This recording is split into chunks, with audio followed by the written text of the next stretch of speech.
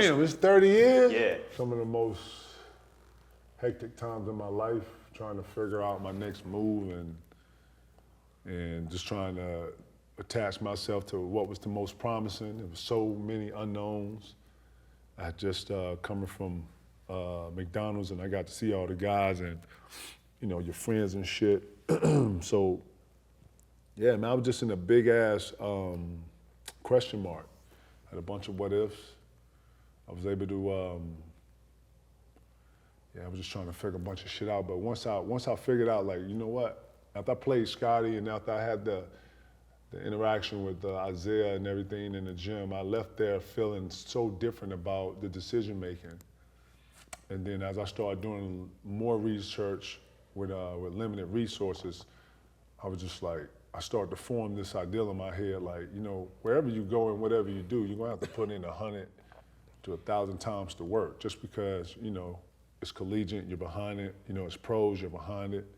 So I was more thinking of how do I develop fast, how do I speed, you know? I was more like that. And then it was like, whatever decision I make, I'm gonna have to live it out. So I was just like, you know, I got an opportunity to actually, you know, I got an opportunity right now to fulfill my dream and do all this that we're talking about in this room. And I was like, man, I'm finna go for this shit. At the end of the day, man, shit, if this shit don't work, it's always collegiate right here. So that's how I looked at it. But then I started getting through the process and I started understanding the process. It was all basketball. It was all things that I had done. It wasn't nothing new. You know what I'm saying? So all the things that they were asking of me and all the things, it was all things that I already had familiar with and all that. And then when I made the decision, got through the process, get drafted, and I came, I don't remember anything else because I'm in it. I didn't care about what I did up until that point. I didn't care about what was said about me. I locked in to that point all the way up to when I retired. The moment I jumped in the league, I never turned off. There was no one around me. It was no one that was a part of my life. It was nothing that I had ever dealt with or whatever was going to fuck this opportunity up for me. No one, nothing else. So that's how I went at that opportunity. So, you know, if it was the girl that I started dating and we ended up getting married, this is how I need you to be in this circle. If you're gonna be one of my friends, well, this is how I need you to be. And I never came out of this right here. Nothing. This circle right here, nothing other than when I started having kids and I was much older at 30 something, nothing was a bigger priority than this. So the moment I came into the league, I never turned off until I retired. And Tika, when you were making the decision of going into the draft, like, was there people you were reaching out to and trying to get advice from, or was it a decision you just made with, you know, your high school coach and family members? I was trying to reach out to anybody and everybody. Paul will tell you this. Mm-hmm. Paul has he's from LA, had a little more resources probably than I did at the time, but yeah, it wasn't anybody to talk to. I had bumped into Isaiah Thomas on the fly. That was great for me. I had a conversation with, obviously, Scotty. But everybody, you gotta remember, I'm like the face for us. So it's Paul Pierce, Antoine Walker, Allen Iverson, Kobe Bryant. I'm the face for all this new school shit. You know what I'm saying? So that's how my peers was looking at me, but the old head looking at this YN coming in, wow, you don't wanna hear none of this shit, man. And there was a bullying system. You know what I'm saying? Pierre tell you this. And yeah, I came in and actually the system started to transcend when I came in. It started to give a little bit because some of the things I couldn't do, the NBA would not necessarily be in rules, but they started to transition into a more newer generation of things. I can remember David Stern telling Slam to take AI's tats off because that wasn't, it wasn't primitive to the league, and Jordan didn't wear tattoos when he had a big ass brand on his chest and Barkley didn't have, you know what I'm saying? So we was always in comparisons to who was gonna carry this thing into the next. So yeah. You were the new lens then. I was. And I was the R&D. You know what I'm saying? Let's see how this do. You know what I'm saying? Then second year, I'm an all-star. I don't think those things was in the components of me developing that fast. Then next thing you know, I'm starting third year, I'm starting an all-star game. You know what I'm saying? Like I'm here, like it took 2 years to get here, right? So now everybody's seeing me play. You know what I'm saying? When I run into him, when I run into anybody, everybody like, hey man, hey, you know what I'm saying? But man, Pierre tell you this, because he went through the same kind of process. Man, it's a bunch of unknowns, and you got to bet on yourself. And when people don't even see you as the same as you see yourself, You gotta make them see it. And that's what I was on. I was always on proving somebody wrong and proving myself wrong. I was always in that cloud of shit. So that's why when you saw me on the court, I looked mad. Cause I was like, Let me get there now. niggas talking about some motherfucking, I'm gonna be out the league in 2 years. Nigga, you don't even know me. Check up, nigga. And I took it personal every time, you know what I'm saying? So that competitive nature, man, carried me through the Get into it. He ready to step on the court. But let's go to the day of the draft ticket. You go to Canada. Was that your first time ever in Your Canada? draft was in Canada? Yeah, it was in Toronto. I thought I was in Europe. I was like, damn, we in Canada? What's this? London? I was hood as fuck. So first time in Canada, and then going into the draft when you're there, you know, you're suited up, you're excited. Are you knowing, hey, I'm going to Minnesota, or what were your thoughts kind of leading into that? I'm in Toronto. We're trying to find a place to eat. You know, I ain't take no bread and shit like that. You know what I'm saying? Like, it wasn't no agent paying me off. I wasn't doing none of that shit. Like, I wanted to make my own bread. I didn't want to have to owe nobody shit. So I didn't really have no super bread to do a bunch of shit.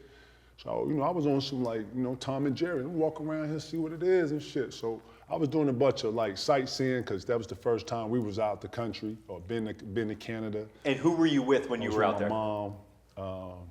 I had a girlfriend at the time, my best friend Bug, and two of my homeboys, Nard and Bill. They came up there with me, and Kareem. And I had like a little group of us up there with my agent at the time, and it was cool, man. It was all for us to be able to go through this experience. You know what I'm saying? Because I don't think a lot of them have been out of Chicago or been out of the country either. So it was just this big thing of a question mark of what's gonna happen. So yeah, I was seeing all the other guys, G-Trend and Stackhouse and Sheed, and everybody having on a real nice suit and shit. Oh yeah, that's your drive. I got the little Rochester little, you know what I'm saying, big and tall suit on, and you know what I'm saying. I'm just, you know what I'm saying. I'm doing my FA, man. I'm trying to slide through, not fuck with nobody. You know what I'm saying. And then the niggas used to crack jokes on me and shit, and I was like, you know what? Let me bet all y'all niggas watch. The niggas looked at me and everybody started laughing, and I was the only nigga in there not laughing. And then we get to the draft, we get our draft on, and that's when Wolf came down to the room like, nigga, hey, nigga, I got your test, man. Hey, man, you passed, man. Hey, man. Man, fuck that test, nigga. Going See to you the downstairs, going to the league, nigga. Throw that shit in the trash. Skid it. Right to the money. Salute. And with the fifth pick in the 1995 draft, nigga tapped me on Showtime. Then I saw the cameras come around. That's the only time I swear to God I got nervous. Okay. I was like, What you said in the interview? I don't even remember. I remember I was smiling. Craig was talking to me. It was Craig. I'm trying to think who was in mine. Was it Craig? It was Craig. Come on, Lord, yeah. Hey, looking around. I did my little interview, got off stage. As soon as I came down stage, they gave me a hat. The upper deck was at the bottom. They had a check, looked like some, what's that little shit, the clearinghouse shit you get? What's the name of that? Right. What's the Publishers Clearinghouse. Publishers Clearinghouse. Yeah. Hey, boy, upper deck had a $2 million check about the size of this. I saw I fainted, P. I saw $2 million on the check. That's crazy. Right. And I thought from the crying and bubbling up then I can read. And then I was like, hold on, I ain't never seen the word million. That's a million? Like that! Right, nigga, we made it. You feel me? Right. So I came off the stage, down the stairs. That's lit. Upper deck was standing right there. Richard, I'm going blank on his name. Richard right there, he was the CEO of that shit. Dapped me up, said, welcome to the league, young fella. I want to be the first to get your first endorsement with Upper Deck. Woo, woo, woo. Rest is history. That's when I had cash under my bed like it was, you know what I'm saying? I was in the hood. I was still putting my shit in trash bags, throwing it in there. I would use. Man, shout to the West Side, man. Yeah, so 30 years, what do you remember about after getting drafted? What did you do that night? How did you celebrate? And then also, did you think you could be 1, 2, 3, or 4 before they called you at 5? After the draft was a shitstorm. I had to fly to New York and do Regis and Kelly. I wore this USA jacket on some, I don't even know why, that's what I was feeling. I was in New York, you know what I mean? I had to go do a bunch of media stuff. Then they threw me on the plane. I landed in Minnesota. I do the press conference there. And then the first thing Kevin McHale wanted me to do right after that was not only meet the owners, but meet the community leaders. So after I met all the owners of the Timberwolves, I go into this room and it was just like a bunch of black leaders, you know, education, programs in the street, community leaders. And Kevin McHale thought that would be a great job or a great idea for me to interact with, community leaders to understand the city. North side is this, south side is this, East St. Paul is this is this.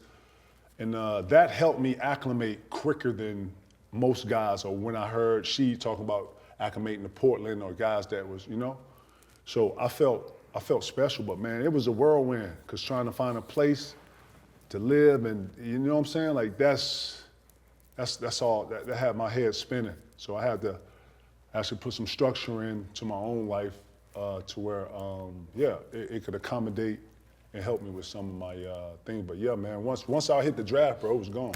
I was gone. It was off and running. Speaking of, so here's the Craig Sager interview right after you got drafted. Let's check in now with Craig Sager, who was with the Sports Illustrated cover guy.